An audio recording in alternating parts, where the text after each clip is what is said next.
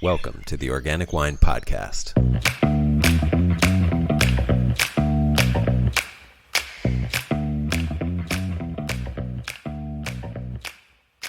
This is Adam Huss from Los Angeles. Thanks for listening. Ann Thomas is the co-founder of Western Reserve Distillers, a craft distillery located just outside of Cleveland and Ohio's only certified organic distillery. With her husband and son, Ann makes a full array of award-winning spirits from all organic ingredients, including local, organic, heritage seed stock grains for their whiskies, gins, and vodka, organic Louisiana molasses for their rum, and organic agave for their tequila, which they can't call tequila because it isn't made in Mexico. No, this episode isn't about wine, but the reason I wanted to highlight what Ann and her family are doing with Western Reserve Distillers is because I think it's extremely important to get across a simple idea about organic agriculture. I've found that people often don't care whether their spirits are made with organic ingredients, sadly. I think it's because we tend to think about everything as it relates to us personally. So we think about organic concerns from a standpoint of what we put into our body rather than what organic means for the world. But the simple idea that I want to get across with this episode is this, and it's really the mission for this podcast. Organic is not as much about what we put into our bodies as it is about what we put into the world. Your purchase of your favorite bourbon or vodka supports an entire agricultural system and supply chain that involves millions of acres of land and waterways. Take corn, for example, which is used in bourbon and other whiskeys. It accounts for over 91 million acres of farmland in the U.S., most of which is grown conventionally with chemical herbicides, pesticides, and fertilizers. Corn alone accounts for millions of tons of hazardous chemicals being dumped into our environment. If you are not buying organic spirits, you're helping to create and support that system.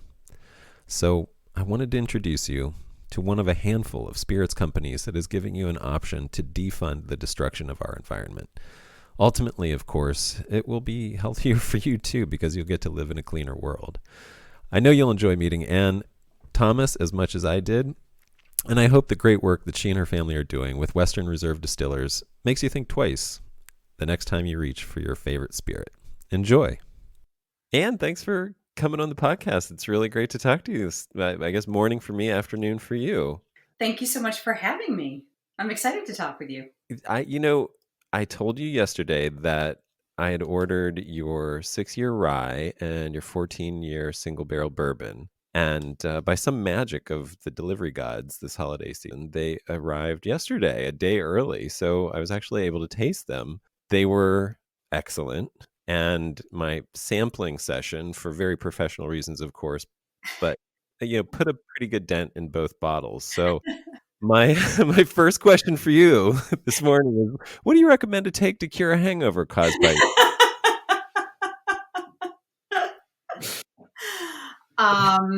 Maybe just a long, slow walk. Good, yes, yeah, followed by like a I'm spa. assuming it's warm and sunny there. Here it's snowing.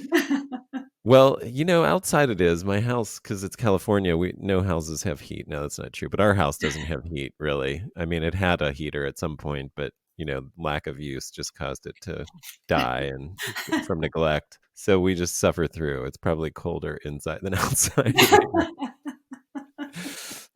I can't believe you got them. I know. It's great. And really I'm kidding. I can't drink that. Well, I can every once in a while, but really good. I mean, I cannot consider myself somebody who can talk about whiskeys or spirits in the way that I can talk about wines, but I know what I enjoy. I very much. I even smashed a glass accidentally trying to pull the cork out of one of them. No. So it was like mazel tov. Good luck. Off to a fine start there, weren't you? Right, exactly. I haven't even had any yet. What's going on? Well, Ann, you are the owner of Western Reserve Distillers, right? One of the owners. Yes. You want to introduce what you do, who you are in relation to your distillery? Myself and my husband, co-founders. Great. He's master distiller. Our son is the assistant distiller, and I'm the I guess, chief marketing officer, human resources. I do kind of like Well, it sounds like you are the face. You are the public facing side. It sounds like as well. Like you are the person that interacts with people like me. I am. My husband does a lot of he teaches a lot of the classes, Uh-huh. and I do a lot of this. Got it. That's cool. So Uh, divide and conquer. nice. So you guys teach classes too We do. Yeah. about what are the classes about? We do a couple different things. Before the wonderful year of 2020, um, I was the host. I used to host a Bourbon and Babes class. Uh-huh. And now we also do, and we just started doing them within the last few months. We do like a mixology class. We do couples in bourbon. We do like Bourbon 101 classes, whiskeys of the world. What's he Oh, having very in cool. his class schedule now? He's going to do this week and next. He's doing holiday spirit infusion classes. There's almost something for everybody's. Almost something for everybody. If you're looking for something to get out of the house, something different to do, and we just do them right on our property. Nice. Yeah. Are you able to do that these days? I don't know how Ohio's uh, doing in terms of, the COVID restrictions and things like that. We are able to do them. We do them on a much smaller scale than we ever used to. So we are not completely shut down, Okay. but bars and restaurants are at a quarter capacity. So our distillery, we also have an on-site restaurant. So Right. we host our classes inside the restaurant, where we have the plexiglass partitions up. Masks are required unless you're sitting at your table. Everything is socially distanced, 6 feet apart. When they're teaching the classes, they stand behind the bar, so then they can Hmm. take their mask off to talk and teach the class. And then Got it. when they come out to interact with the participants of the class, they'll put their masks on. Cool. And a lot of the information is also while they're talking, they have a slideshow presentation. And the classes are held, what do we have? Maybe 10 to 12 people per class. So they're much smaller, whereas we used to have 25 to 26 people in a class. So much smaller, but which just means that they sell out a lot faster. Got And they're a lot of fun, and I'm sure you're feeling the same way. People are just looking for ways to be entertained, that they're not just sitting at home. Yeah. Definitely. Like those long walks that you suggested. You can only go check out the park so many times. It's true. It is true. Oh man. Well, so I jumped ahead. I mean, this is the way my curiosity works. You bring something up, and I just want to jump right into it. But let's start by introducing where you are in the world and what you guys do and why the name Western Reserve Distillers. Okay. We are located in Lakewood, Ohio, which is we're in Northeast Ohio along Lake Erie. We are just a few minutes from downtown Cleveland, Ohio.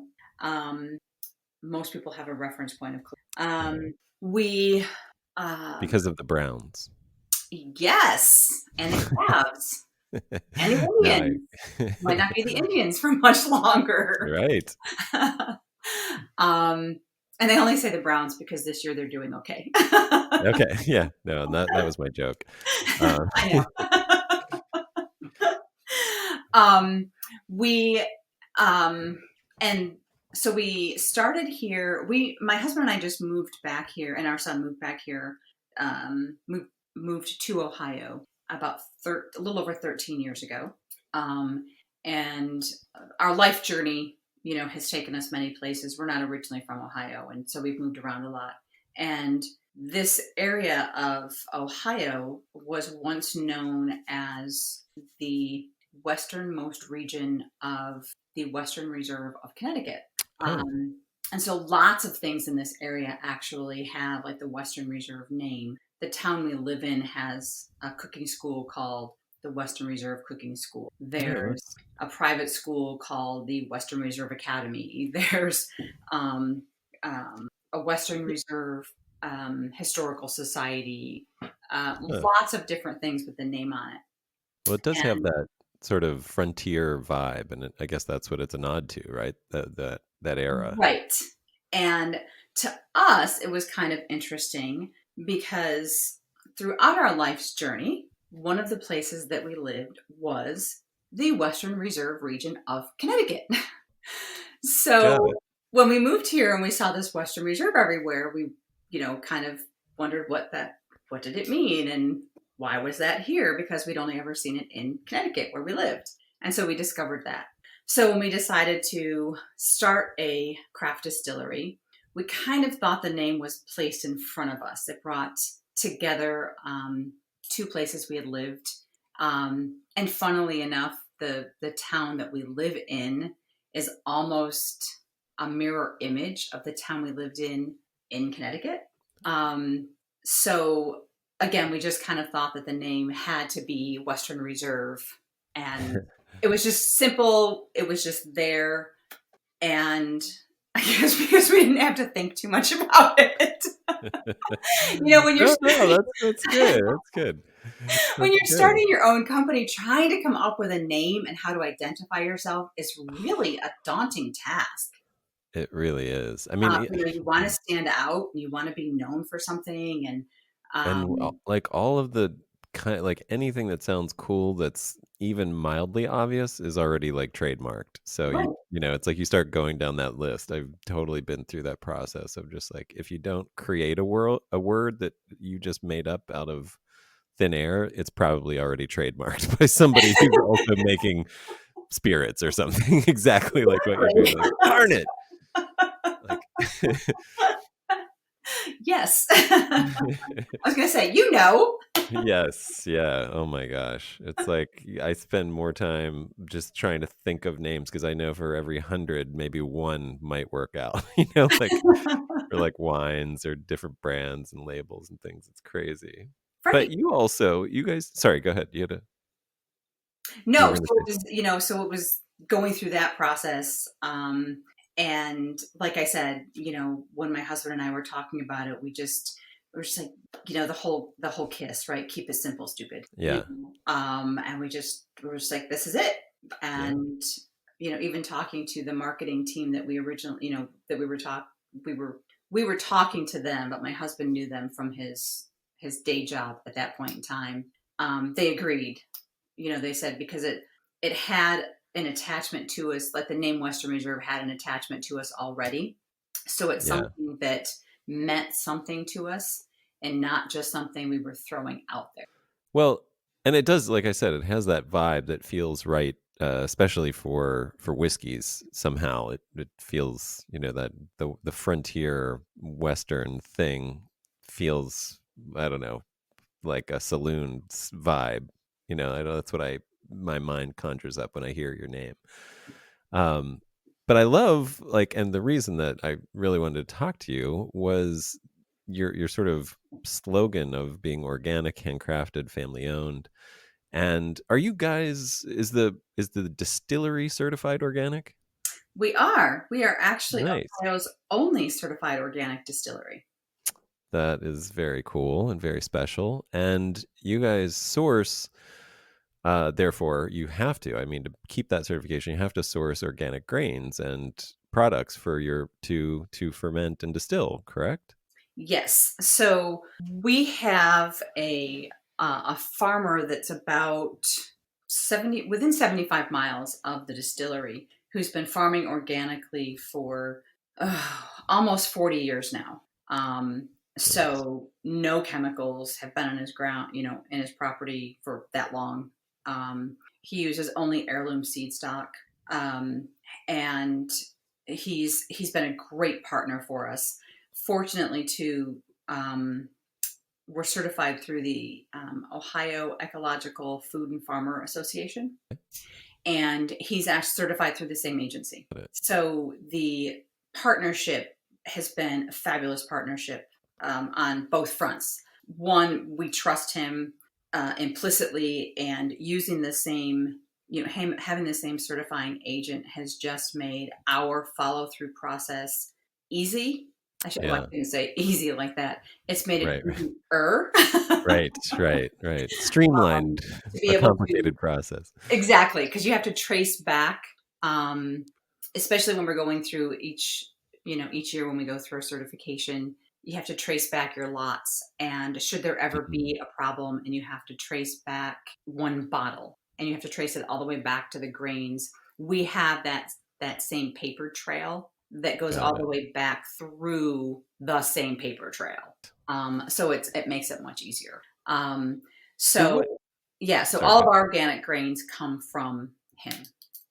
So what came first? Did you decide we want to do an organic distillery? Let's find a farmer who's growing these grains organically, or did you find the farmer and say, you know what, we should highlight these grains with an organic distillery, or how did that process work?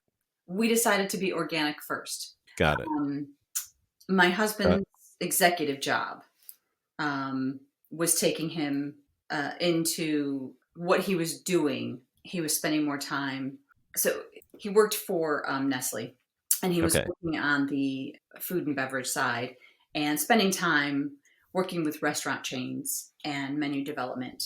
And through that, he was learning, that more and more people were wanting to spend more time as a community. They were becoming more about their community, about a local restaurant, about a Mm, local bar. And of course, this strive towards more organic. mm, And so, even as he and his team were working with chain restaurants, for instance, even chain restaurants were trying to come up with an organic concept. And how do we do this? And how do we make it local? And that's really so it was encouraging. it was amazing. And so because of that, and he saw that even these large chain corporations were trying to get to that. He could see ahead that that's where the trends were going. So he knew from then that that's what we needed to do, was we needed to be an organic distillery. The other Yeah. reason for being organic is we have a granddaughter who, well, now she's nearly 12, but 6 years ago, at that point, we have a young grandchild. We would, one of those, we would like to leave the world a little bit better than, what it has been. How can we be a part of that? And so being an organic distillery means we're a part of fewer pesticides, less waste. We are a, um, at our distillery, we have much more recycling that goes out than trash. Mm, Um, and so that was the whole part of our beginning. And so then that's right. when we went looking for an organic farmer. That's great. Yeah. I mean, I'm kind of shocked how few distilleries there are that are using organic grains, and in fact, I mean, it's like a handful in the country. You know what Right. I mean? It's spirits, the spirit world in general. It's just really, and I get partly why. I mean, I don't think that spirits drinkers tend to care as much, maybe, as some of the others, because and we can get into that, like, but right, and even people that I've talked to, I'll bring it up at a retail shop. Do you have any organic whiskey? And they'll be like, no, but it gets distilled so much. Like and I'm like, it's not about what I'm putting into my body. It's about what we're putting into the world to grow Right. this stuff. Right. And I was going to actually give you that devil's advocate, like, why organic? I mean, who cares with a distillery, but you've already covered it. Yeah, it is about, Well, and I guess I shouldn't put it that way, because the town that we have the distillery in is there are a handful of organic and vegan stores and restaurants, and they have completely embraced the fact that we are an organic distillery, yeah, and love the fact that our farmer is also within driving distance, yeah, and that we've taken those extra steps to be an organic distillery. So they will purchase our products over and over and over again, because we start with thinking about what's going into. I think it's great. But when it Yeah. comes to the brown spirits, people are less apt to think about organic because it's going into a carbon filtration system of sorts. Right. Right. They're thinking, and I guess that's the uh, redirection of the thinking that I'd love to, accomplish just by talking to you today for anybody listening, is that it's, when you're thinking organic, so many times we think about what's going into us, and it's really the outward facing, like everything that the whole supply chain of chemicals and pesticides and chemical fertilizers that exist to be able to grow the soy and corn and wheat that is 80% of conventional farming in the United States. That's the bad part. That's what's going out into the world and poisoning the Right. waterways and poisoning the food source. And it's, great. The product that you might consume might have very little of that, but the world that grew that is full of it. And that's, it's like, and it takes a lot of wheat and corn and other and rye to make good whiskey, right? So that's a lot of agriculture behind those things. And we, it's so we have our partnership with our farmer. We also, it is, as I'm sure you know, it's a painstaking process to be organic. Yeah. We have to do organic pest control on our property. We recycle the water that we heat up to use in our distillation process. We reuse the energy. We reduce, reuse, recycle as much as possible. Our farmer is now also the same person who will make deliveries for us. So if he's bringing us a load of grain, he will also then take a delivery to one of our state warehouses for it. So he's not just taking an empty truck back to his farm.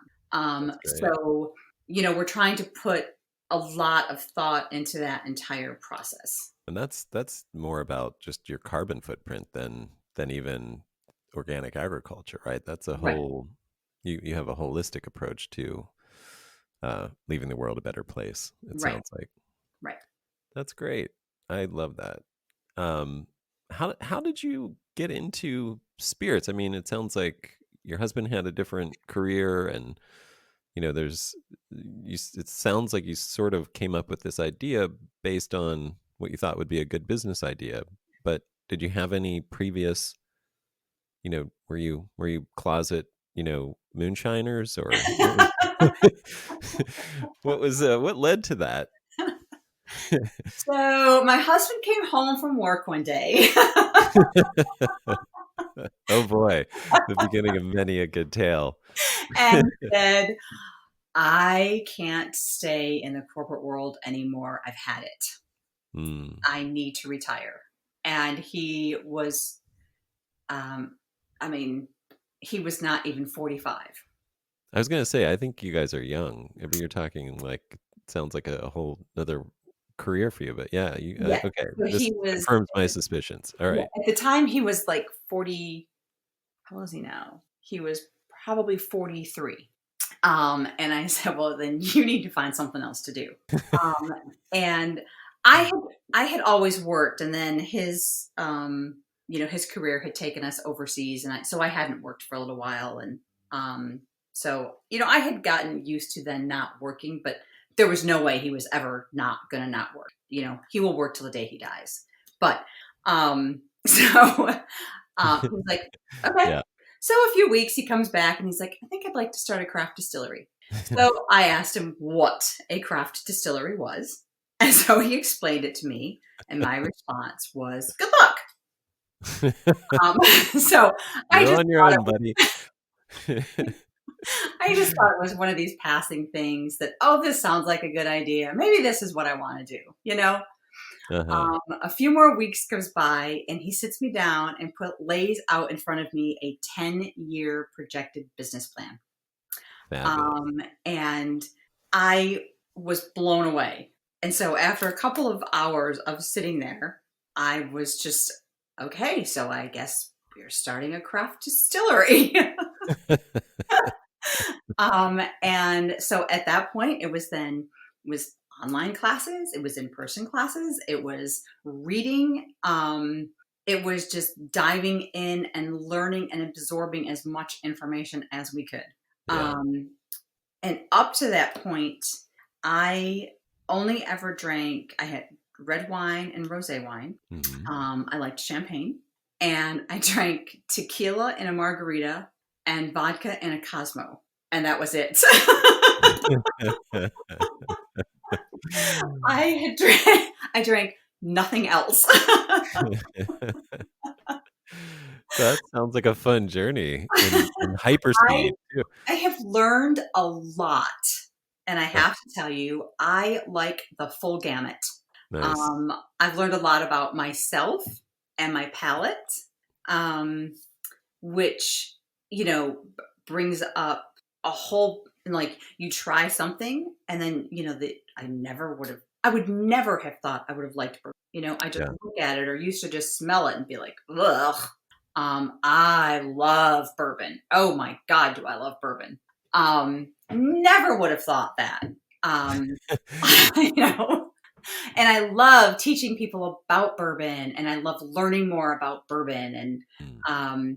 and from there I have learned to enjoy and appreciate tequila and agave spirit, because that's what we're making, Right. for what it really is, and not just to drink it in a drink, but to sip it and to appreciate it. All of those things that You I mean as opposed to like body shots on yeah, the bar in Cancun? exactly. Got it. um, and to learn too that, for us especially, we make two types of vodka, we make two types of gin, and to learn that, throughout our process of learning how to do this, depending on what ingredients you're using, what grains you're using, that your products are going to taste different. Yeah. And even that alone, has been, I mean, I love that. So it was great that I complained that I don't like going outside my comfort zone, as most people. And my husband is great for always pushing me outside my comfort zone. so so this has been wonderful for that. I will tell you though that my husband did retire on his 45th birthday, and has not looked back once. Absolutely loves what we're doing. It's stressful, but we say that it's the stress we create for ourselves, you know. Yeah. Yep. Um, and he likes to tell people, I used to have a pension and now I have a distillery. Yep. And one day we might retire from this, but you never know. Right. Right. But no, we had no experience. We were not moonshiners. We weren't closet, drinkers. We weren't, Well, nope. gotcha. Well, and this is going to reveal my ignorance about the spirits world, but are there certifications that one can get, like master distiller? You mentioned is that a certification, or is that just a job title? So there are classes you can take to get those. Okay. And most of the time at a distillery, like in our case, it's just a title, because my husband is the one who has developed all the recipes. He's the one who has, so he's like worked out all of the recipes, all of the details down. Um, he's the one, he also helped. So the equipment that we have, even he's the one who helped design the equipment, Great. um, and so that's why we consider him the master distiller. Got He's it. also the one that works out if we're having an issue with, for our rum, for instance. We, definitely Northeast Ohio is not conducive to growing sugarcane. So even when we get dark molasses up from Louisiana Delta for our rum, when we're trying to distill it in February and it's -4, and we try to bring the distillery floor's temperature up, the molasses just doesn't really like those cold temperatures. So Yeah. it took us a while to figure out we needed a special strain of yeast. We needed to Mm, get special enzymes. And my husband's background, he's got a couple of, he has a chemical engineering degree and a mechanical and electrical or mechanical engineering degree. And, so he was able to figure out like what type of enzymes we needed or the yeast strain we needed. And, so got it. that's why we call him the master distiller, because he's just smarter than, anybody ever. But, Got you know, got it. Well, it sounds like he deserves it then. he does. He does. And yeah, I mean, this is just a random question, but sugar beets, is that something that ever gets made into rum? Like, instead, because I know that's something that you could grow in Ohio, for example, and if you wanted to keep it local, is that a thought that you've ever had? It isn't. Okay, We like we like how the dark molasses has turned out for us. sure, yeah, And someone else had mentioned the sugar beets to us, and we just haven't tried it yet. yeah, So our rum okay, has won an award as well. Um, nice. so we're probably going to stick with how we're doing it for a We're gonna little ride this out. Seems to be working so far. while. Right. Um, well, and it sounds like we talked briefly, and I know you get frustrated that people think the spirits making process is just like making beer. And it sounds like it could be like making beer if you were making beer in a meth lab and had to spend an extra $1 million. Um, but maybe do you want to like dispel some misconceptions and maybe sort of sober us up, those of us who have heard this idea of retiring at 45 and starting a craft distillery and winning awards? Like what are the realities that we would be facing to be able Uh, to make this happen? so the reality is, one, it does not happen overnight. Right, We had 2.5 years of planning before we even opened our doors to your the first yeah, two and customer. a half years of planning education before even opening our doors. Right, To work with to decide on which grain we wanted and which yeast we wanted. We were making bread in our kitchen. right, Um, it is illegal by federal law to have a still right, in your house on your property. Um, when you're the difference between making beer and making a distilled spirit is that when you're making a distilled spirit, as you're heating it up and it starts coming off as alcohol, it's coming off at 190 proof. So when you're drinking a can of beer, um, let's take your IPAs at least, the proof in those are going up, right? right. Like So 8-10%. Yeah, exactly. And, your ABV on vodka's 40%. right. So that's not something you can have sitting in your basement because it can explode. And it can explode quite quickly if you're not careful. Uh-huh. Um, it's a shorter time of fermentation, whereas beer can take almost 45 days to ferment. Um, Distilling, our we take 5 to 7 days. Um, but so the federal law tells you cannot distill at home or on personal property. It's highly flammable, Mhm. and You could in poison yourself too, right? I'm sorry. You could poison yourself too, right? Yes, you can from the gases that come off from the fermentation. But um, also, I mean, what is for people who don't know about how spirits have heads and tails and things like that, those are the, kinds of the toxins that are released on the initial distillation, right? At the beginning yes. are So when are you start distilling, you have what they call your three cuts, as you just said, are your heads, your hearts, and your tails. And your heads that come off first is the nasty, gross, disgusting gases. Well, the alcohol that we mix with water and dump it down the drain. Once you mix it with water, it's completely harmless, and we flush it away.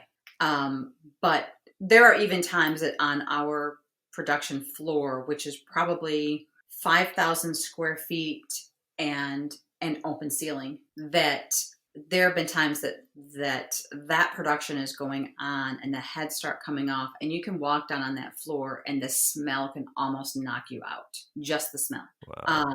So imagine having that contained in a basement. That would knock you out, and And then your nobody soul would explode. not even know that was happening. Right. And that's the stuff that, I mean, it can kill you. Yeah.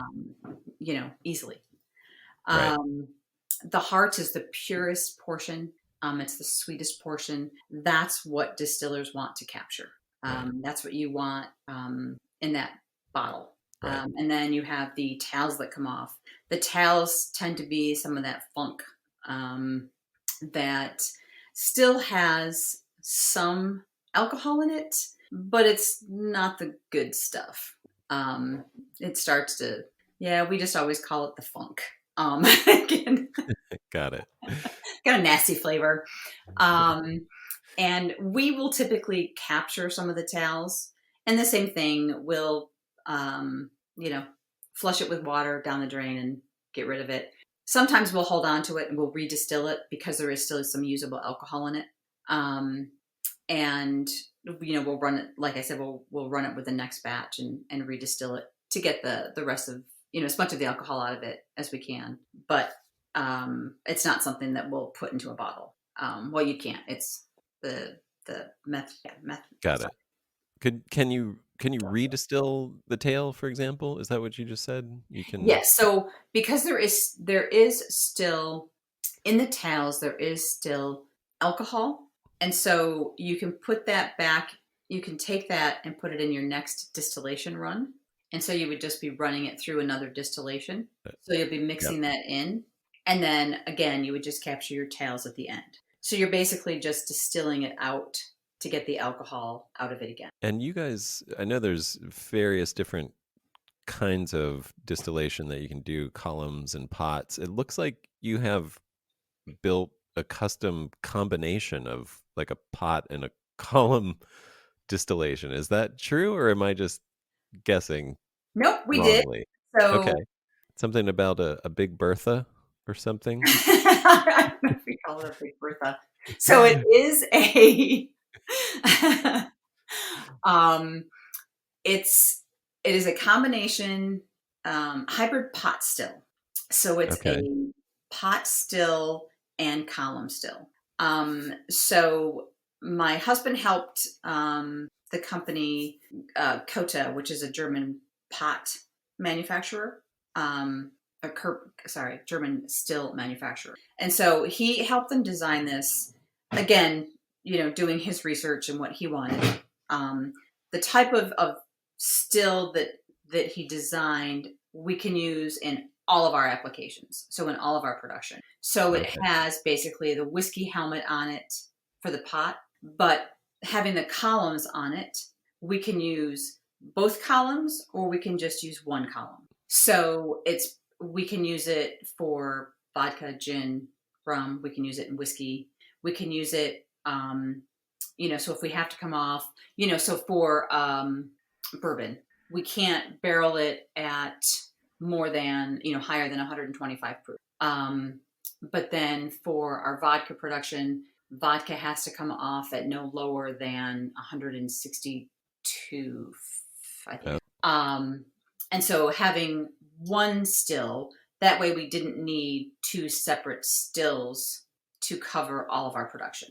And the columns, are they used to infuse aromatics in like gin, in your gin, for example? Or is that a separate steeping process after the distillation? So you can do that. That's not what we're using it for. So you can they do have infusing baskets that you can put inside the columns to infuse your gin. A lot of people will buy a separate still for infusing their gin with their botanical, because the botanical oils will stick to the inside of your still or the columns, and you Right. So then can't get anything them else out. you do in there is gonna be tainted, Right. basically. Got it. Yeah. So what we do instead for our gin is we do a mix. So we found an organic flavorings company Hmm. and went to them with what we were looking for a flavor of Mm-hmm. what we wanted our gin to taste like. Okay. And so they actually did all the work for us and then Got it. came to us with the flavors premixed. So they did all of the macerating and they did basically what we could have done. They took organic neutral grain spirit, basically vodka, and then Mm-hmm. put organic botanicals in them, let them all seep, and then combine the flavors. Oh, okay. So it's like a tincture that you can then use as flavoring. Yes. And so that's what Interesting. we do. Okay. Got it. And then we get it in pails. Got And it. then we have a recipe that, so much of it has to be blended with so much of our vodka, neutral grain spirit. And then it's blended together and we have our gin, which is Ooh. always a very nice day because I love it. I love both of our gins. And so I love it when the boys are making the gin because you can walk into the bottling room and you just smell this gin smell everywhere. And it's just very real for me anyway. It's very relaxing. I love it. Nice. That sounds lovely. Sounds very heady there at your distillery. And then, of course, there are days when it's a bourbon tasting day, and that's a great day. Yeah, I can imagine. Well, since you brought up bourbon, just to turn toward something that I don't know if it gets talked about that much in the spirits world, but if you were if you just wanted to have a really nice, just enjoy a glass of your bourbon or your rye, one of your brown liquors, what would you pair them with? Food wise, like what have you guys gotten good at suggesting, either a whole menu or specific dishes that would go really well? So, when it comes personally, when it comes to bourbon and trying to pair them with specific foods, it becomes challenging because everyone's palate is different. And it's Sure. not like when you're drinking a wine. And so when you're drinking a wine and you pick up like you have like your nuances in your wine, right? Like you pick up your flavors and it's almost like you immediately can taste what you should be eating. Right. And sometimes with a bourbon, you can, but the woodiness or the smokiness in a bourbon kind of is a little like that's what you taste more. So then it's hard to then say maybe you should eat it, you should drink it with this. So one of the things we do is we do chocolate pairings. So chocolates go very well with bourbon. And I don't know if it's because it's the sweet against the smoke. So that's one of the things we do. So like when we do couples and bourbon, we always do a chocolate pairing. Um, and we do like savory. We will do savory picks, but not meals. So it's almost like a nice, freshly grated piece of Parmesan cheese. A fresh Parmesan cheese goes very, very well with our A. Mm, okay. And some dried cranberries go nice raw. Dried cranberries go really, really nice against our 14-year. Okay. And you know, a good bourbon always pairs very well with a great steak. But it's because you've got a smoky steak with a smoky spirit. Yeah. And the See what I mean? fat. Yeah. I mean, Um, the other thing it goes well with is pretty much any classic American desserts, I think, like like apple pie and or right. caramel apple pie and any. See, sweet. And I will say, I have had.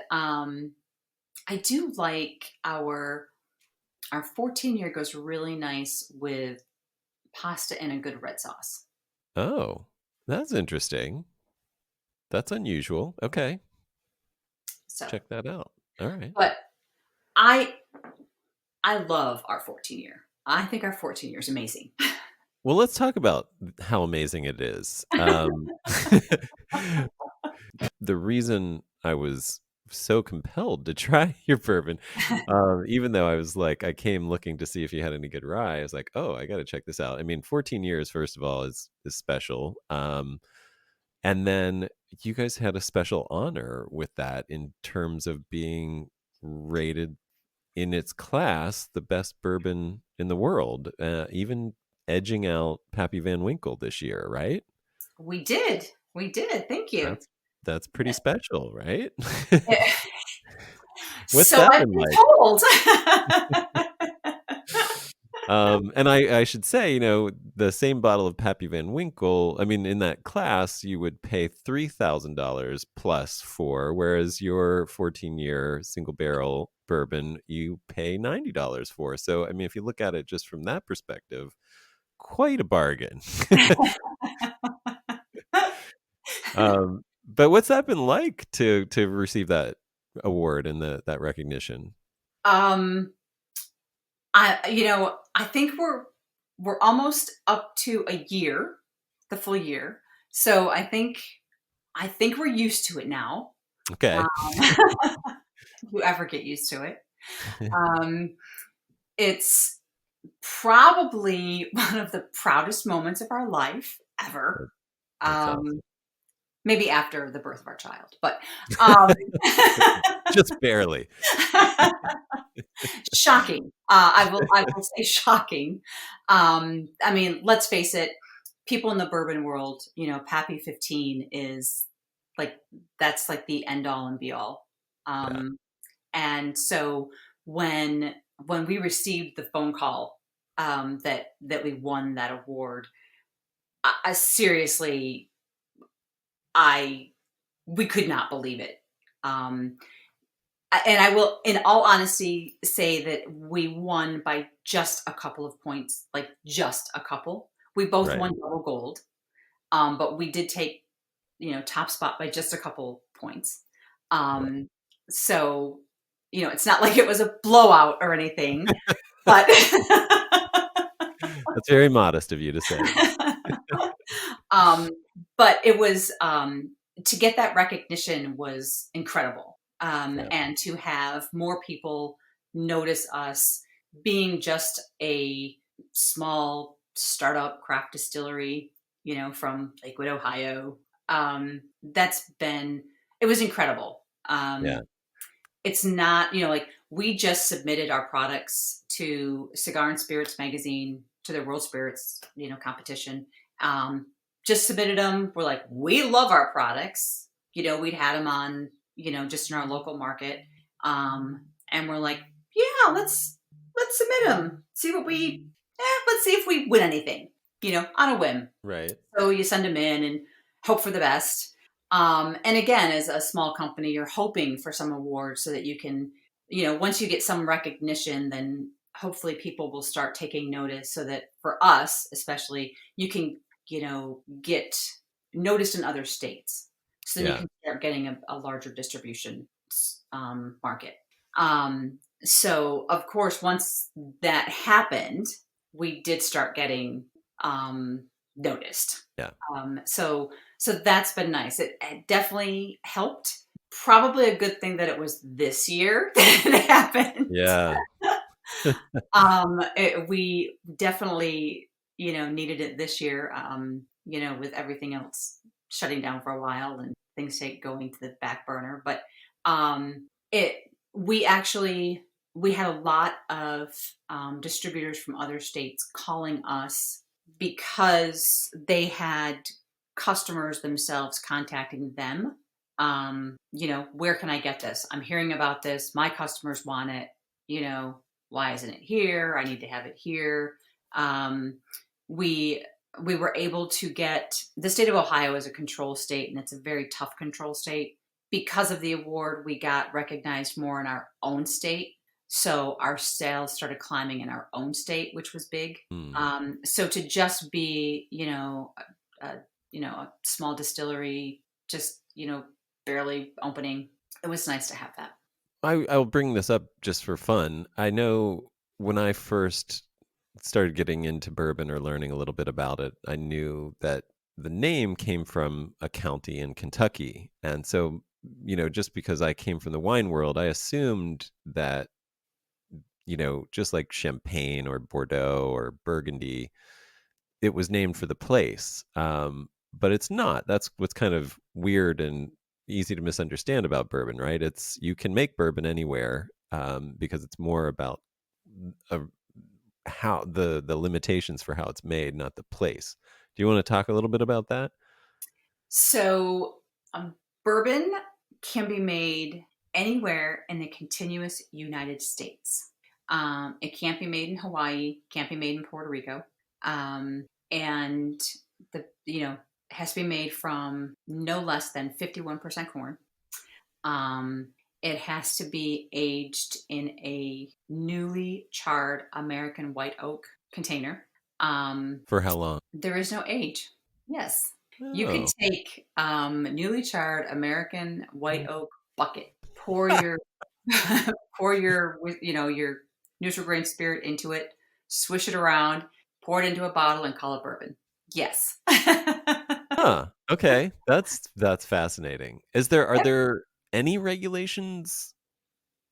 That's so weird. I always thought that there was some like 2-year something or other about That's if it's a bourbon. Kentucky straight bourbon.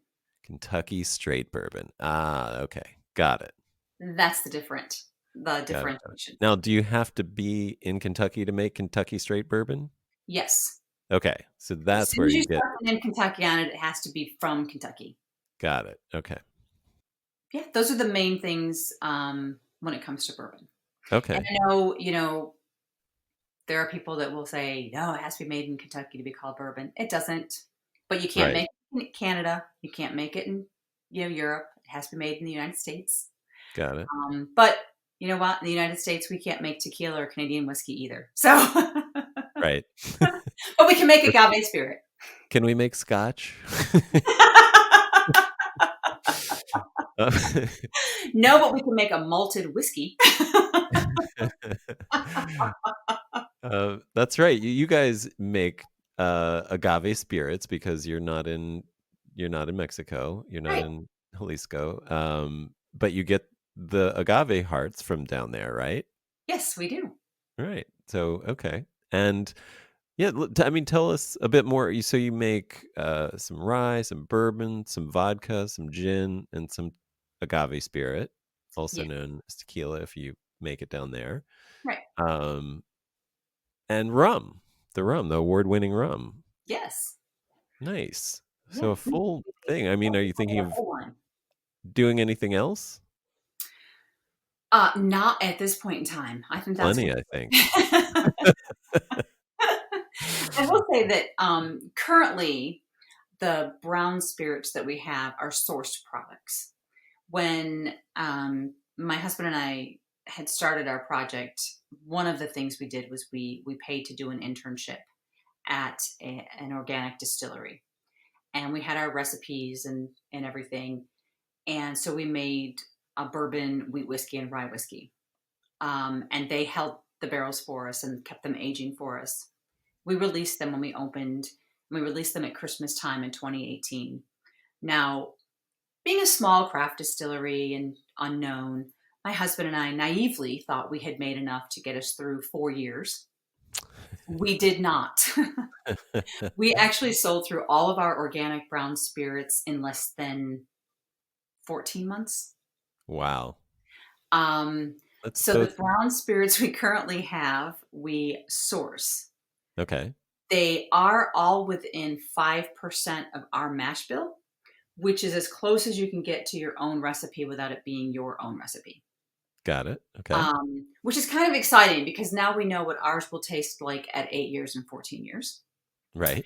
Um, and we do have barrels aging on property that should be ready to open in about 18 months. Now, But, go sorry, ahead.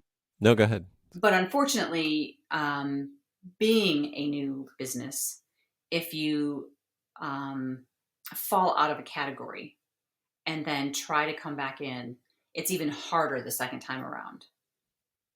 Got it. to kind of bring your name back up and around to say, yes, buy us. Yes, we're back. Got it. So we decided to do the sourcing to stay relevant. Yeah, that makes sense. So, will your labels change when you are doing it from your own distillery? No, Okay, got it. no, All it'll stay. right. Well, how do people get to try some of this stuff? Where should we go to learn about you and buy your goods? So if you head to our website, westernreservedistillers.com, Okay. you can purchase our products through Bourbon Outfitter. Okay. And there is a button on the products pages. They ship nationwide. Um, and so I believe they are back in stock. They had literally run out within the first 2 weeks of people being able to buy online. And then also check, we are in Kentucky, Michigan, Massachusetts, Illinois, Colorado, Georgia, Tennessee, California. So there just might be a place nearby if you're There in one might of those be. And spots. I'm not sure, outside of Ohio, I'm not sure how you can find where we are at your local liquor stores or where you buy us in the other states. Okay. So, like in Ohio, we have being state controlled. There's a place. It's ohlq.com, and so you go there and you can type in the name of what you're looking for, and it'll show you on a map what stores we're at. Gotcha. Okay. So I'm not sure how that works in other states, All right. but you can go to bourbonoutfitter.com, That's and what I did. they have all of our products. Yeah. Anything else you'd like to add? I think that might cover it. Okay, great. No, I thank you Oh, so oh much. no, I do have Oh yeah. one thing I'd like to Yeah, add. please, please. So, as I said, we have two types of vodka and two types of gin. Yeah. So, one type of our vodka and gin are made with spelt, Mm. spelt, Right, right. which is an ancient grain to wheat, which a lot of people haven't heard of and don't know what it is. It is the only spelt vodka and gin produced in the United States. Wow. Okay, Yes, well now we have to try that because yes. it probably changes the flavor It significantly, right? does. It does. And what was Interesting. interesting was the botanicals that we used to make our gin in our corn-based gin. It's a very citrus-forward gin, so it's great for people that want to like gin or want to try gin. That Okay. gin is perfect for them. Or Um, if you're like into gin and tonic, it's like you don't even need the lime twist. right. Nice. And I like then it. the spelt-based gin is more like a London Dry. Okay. It's a little more complex. Mm. Neither one of them is juniper forward. Okay. Good to know. All So, right. very unique product. As I said, the only spelt vodka and gin produced in the United States. I love it. All right. Well, thank you so much, Anne. This has been Well, thank great. you. I mean, love learning about this, and you've given me a few nuggets to think about for my future craft distillery business plan. um, The millions that you'll need and the years you'll need exactly. to start. And, Right. you have to contact the federal government for a permit. But before you can do that, you have to have equipment purchased. And, Oh you know, wow. yeah. There you go. Yeah. Good to yeah. Um, yeah, and I think your recommendation would be go do a lot of YouTube searching before you call you, right? To Yes, find please. out. Yes, please. Don't call Ann and expect the 10 simple steps to starting your craft distillery. Right. Please understand it takes a lot of time and research and money and thoughtful planning and learning and education and money. Before the federal government will even talk to you. And don't do it in your basement. Um, Basement. Well, Anne, thanks so much. It's been great, and I really appreciate your time, and it's great to know what you guys are doing. I hope more distilleries and that take on the organic values that you guys are pushing, which is, I think, really important and a wonderful thing that you guys are doing. So thank you. Thank you. Well, thank you. Thank you for your time. I appreciate it. This is a tasty bourbon. Oh, my. Well, if you enjoyed that show as much as I'm enjoying this bourbon, there are several ways you can support it. Number one of which is to buy a bottle of Centralis wine. Woo! You can tell I'm actually really drinking bourbon. Centralis is my winery, full disclosure, and I started it to be able to promote people like Anne and the kind of agriculture that she's supporting with her business. That is the kind of agriculture that I support with Centralis, because all the grapes that we use to make Centralis wine are grown organically at minimum, biodynamically, even better than organic sometimes. So our winery is centraliswine.com. That's CENTRALAS wine.com. And we're on Instagram at centraliswine. And all your purchases actually help support not only the agriculture that's behind the wine that we make, but also this podcast, because Centralis is the sponsor of this podcast. So thank you so much, and enjoy, and cheers.